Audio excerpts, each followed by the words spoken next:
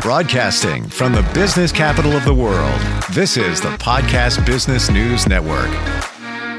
Well, if you find yourself stuck in life, things aren't moving along, we all go through stuff, drama, challenges. There's one thing you can do, and it will propel your life forward. Many of us don't realize what a difference this actually makes. I'm going to say it's the F word. The F word is coming. It is forgiveness. Forgiving those who have done things to you, forgiving yourself as well, whatever the situation is. We're going to talk about that. It sounds easy. It's usually not that easy to do, but it can make a huge difference. And this is just one of the things that she coaches people on. And I love the name of her practice, Living Beautifully Broken. Dawn Manderfeld joins us once again here. How you doing today? I'm doing great. How are you? Very well, very well. Good. The forgiveness thing, it makes a big difference, but many of us don't realize it, right? Exactly. When people hear the word forgiveness, they think that they're actually giving person that hurt them a free pass. And that's not what you're doing. You're helping yourself move forward. But a lot of people don't get that. They just really think, well, if I forgive that person, and that just means that it was okay for what they did. And a lot of times forgiving doesn't verbally mean going up to somebody and forgiving them. Sometimes that you're not able to do that, and it wouldn't even make sense to do that. Forgiveness really is all about us getting freedom, being able to move forward and not holding anger and harboring bitterness that really debunk what we want to do in our life. And let's look at some of the essentials here. You don't have to let the other person know you're forgiving them in the process. You can. You don't have to. You don't condone what they did. You're just releasing that negative stuck energy within you in the forgiving process, which we're going to get to in a moment.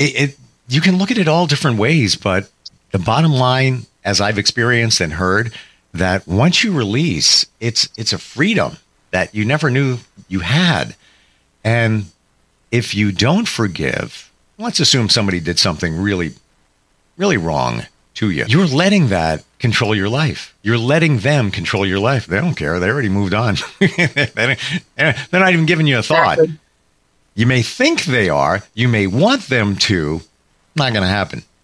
Usually people like that just continue doing their own thing, and that's it. They've already moved on. You are 100% correct on that.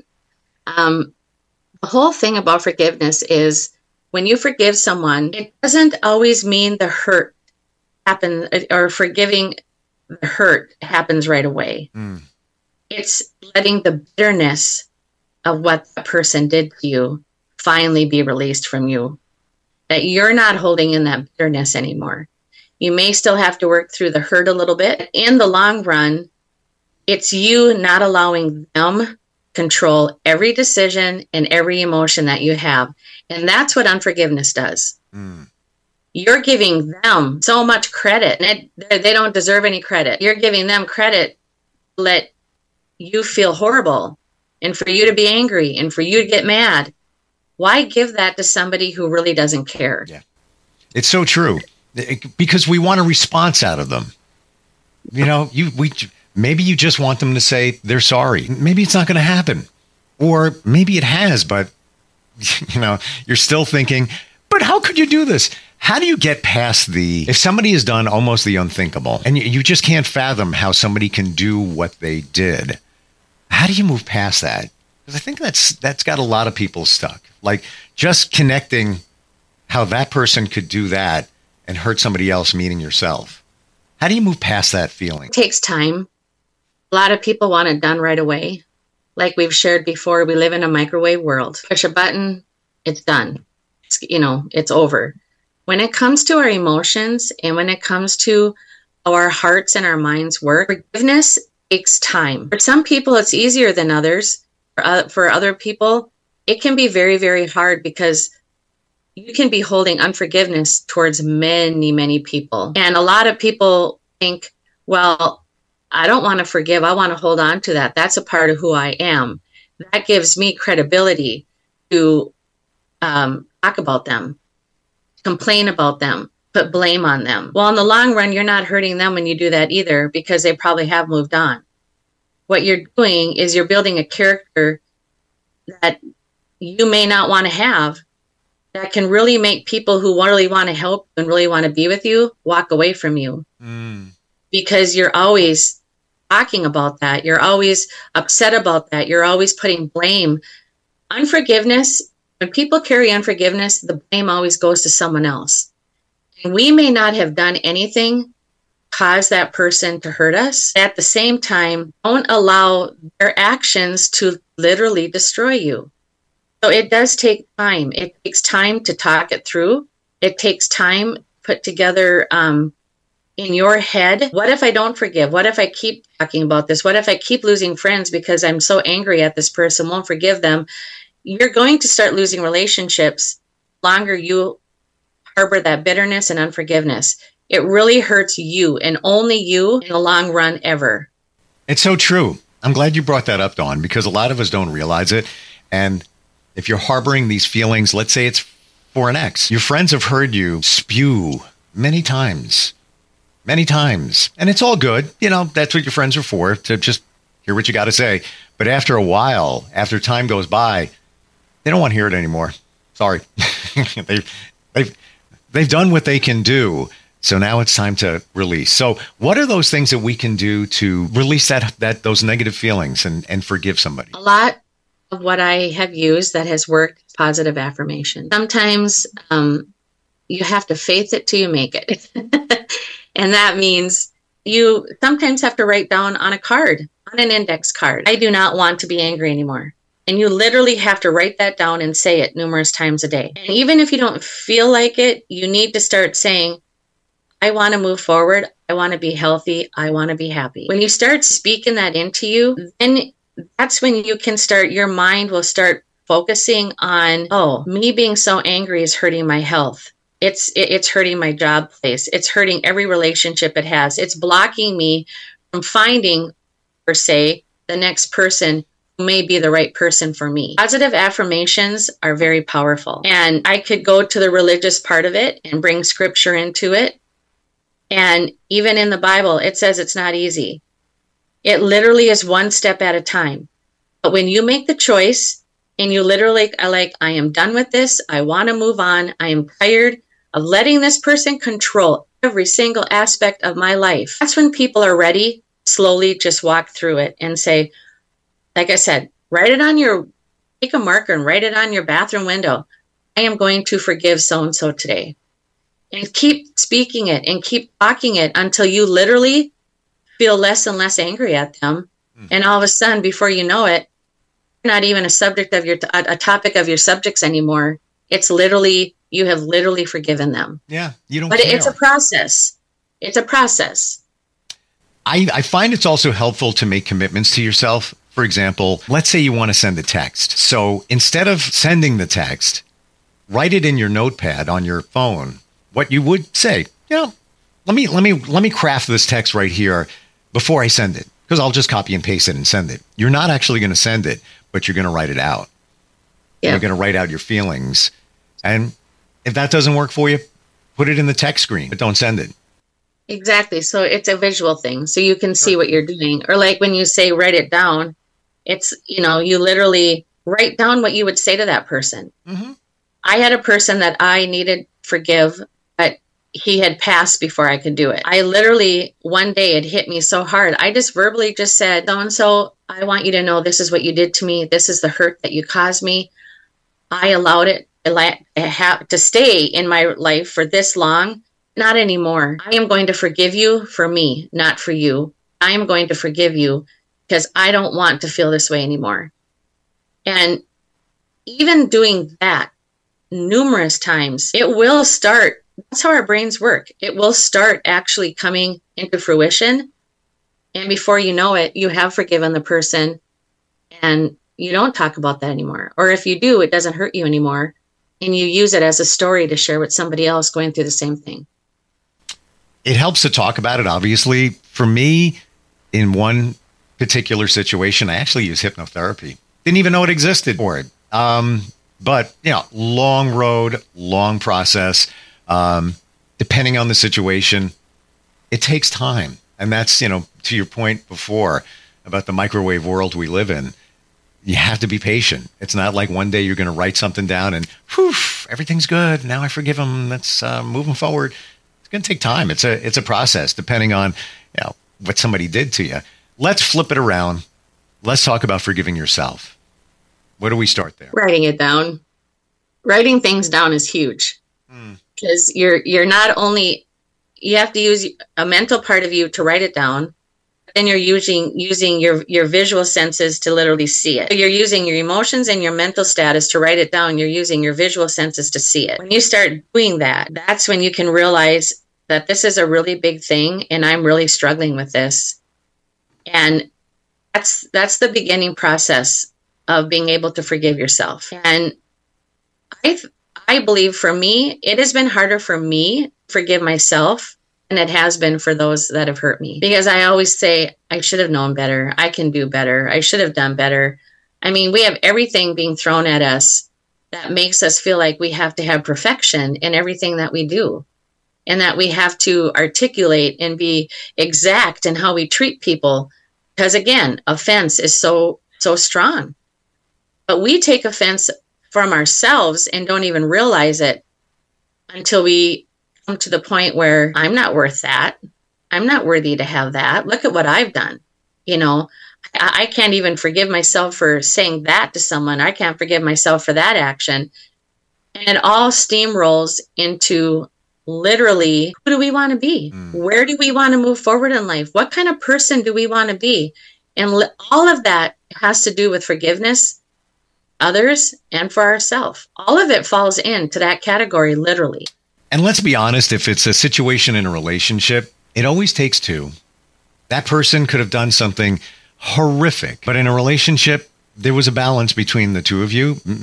You had something to do with it as well. That's where I'm going with it. Yep. Yes, the scales could be tipped like this. This person did something really bad, but you were part of it in some way. So you have to be real with yourself. You can't play the victim and say, I can't believe what they did. Well, there was a give and take there, and maybe the scales tipped and they decided to do this. But that gets back to hurt people. People who do things intentionally or not to hurt other people usually are those who are going through some stuff or didn't realize that they have traumas from their past. Yeah, and it's learning to grow forward. And a lot of that, being able to grow forward, takes being broken. You can't be a better person at anything if you've never been broken from something. And that goes along with, in the relationship, realizing, yes, it takes two in a relationship. Now, to have a divorce, it only takes one. In some states, one person can do it and it's done, and there's nothing that you can do about it. Well, there is something that you can do about forgiving yourself, realizing what your mistakes are, and not wanting to make them again. Forgiving ourselves helps us grow through it so that we don't make those mistakes again. And it's a process, and it takes time. Patience is another huge part of it, and a lot of people don't have patience. We have to be patient with ourselves, because that's when we can come out of all of this forgiveness beautifully broken, literally. I love what you just said, grow forward, instead of, go forward. So you can go forward. No, so you can grow forward, because that situation that you went through, that's making you stronger.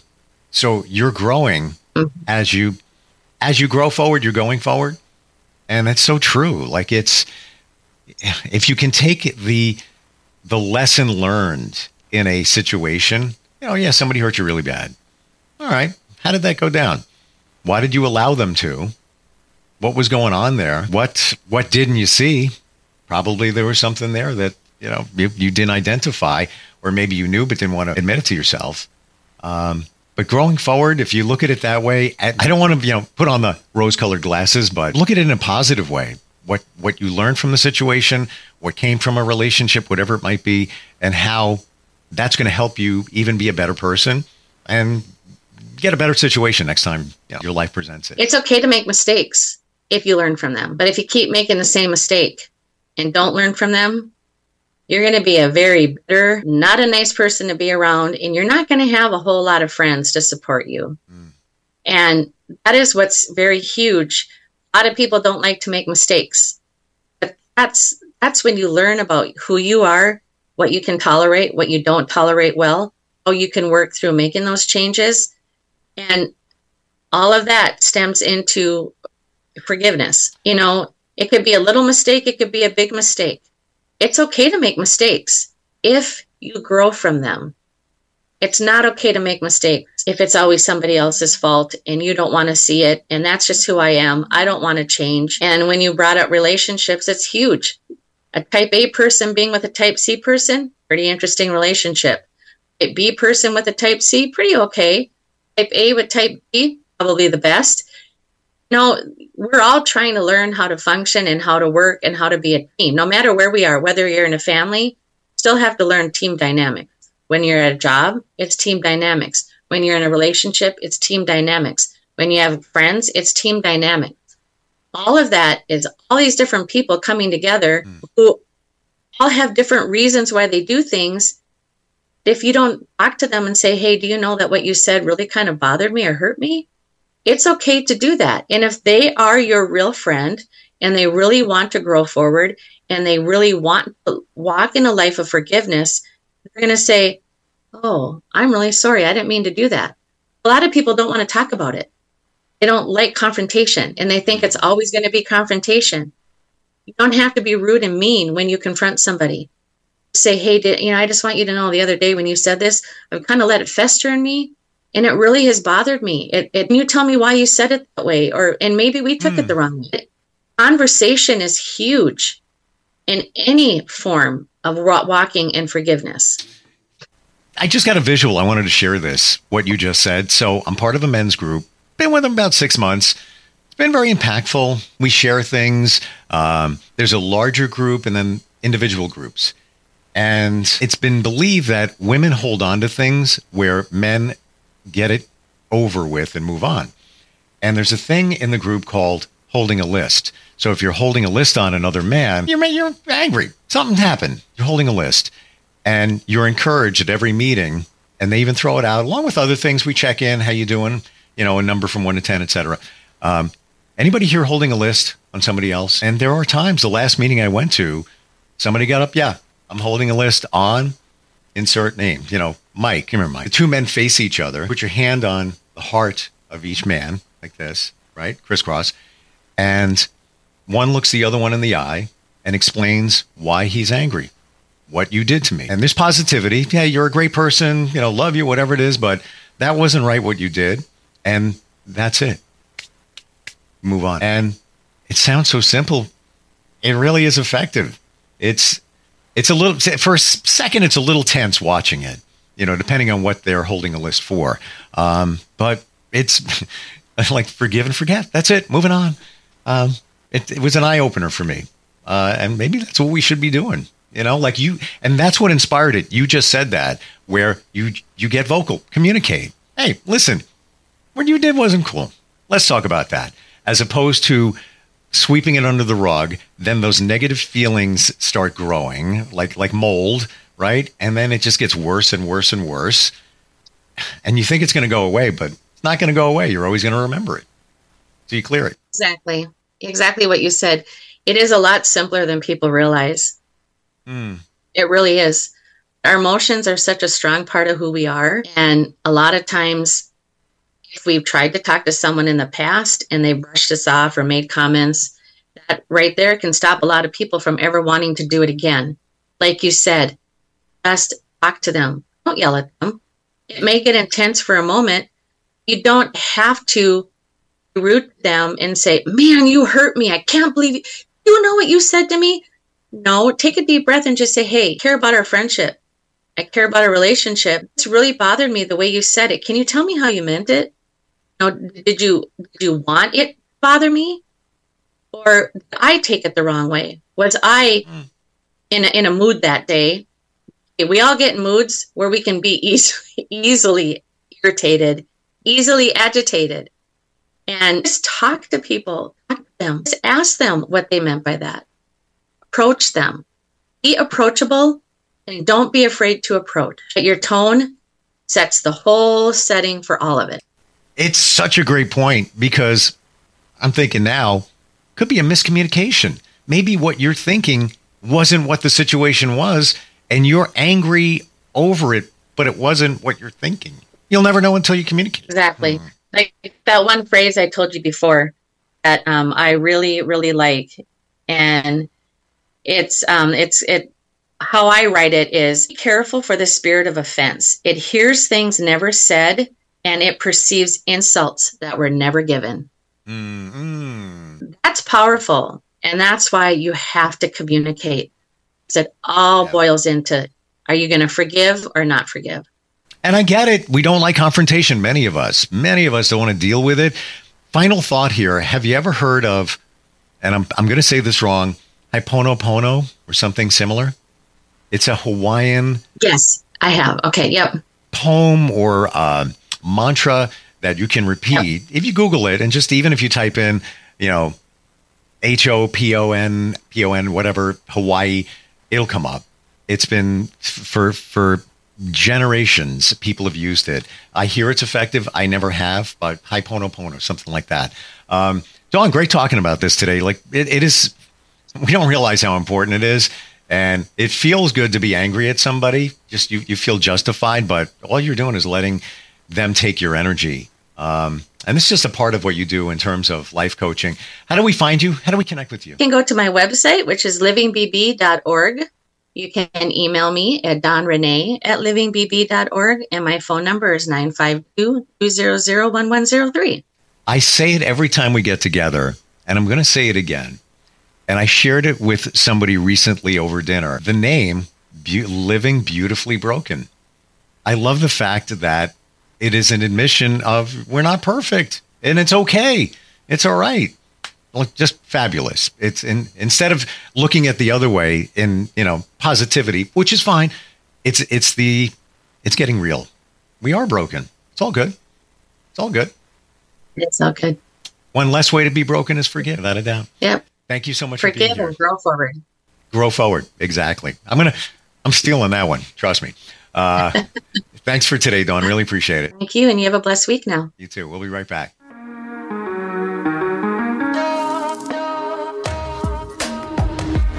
Broadcasting from the business capital of the world, this is the Podcast Business News Network. When it comes to making plans, you are the best. What about those round trips that you plan in advance, which are perfect on your way there and perfect on your way back? Or those meetings with friends for which you make a group chat 3 months before so that nobody or anything is missing? Or your daughter's first birthday party. You planned it with such dedication that instead of the first, it felt like our 15s. The same way you plan each detail for those moments. Start planning to protect you and your loved ones from a natural disaster. Sign up for local weather and emergency alerts. Prepare an emergency kit. And make a family communications plan. Protecting your family is the best plan you can make. Get started at ready.gov/plan. Brought to you by FEMA and the Ad Council.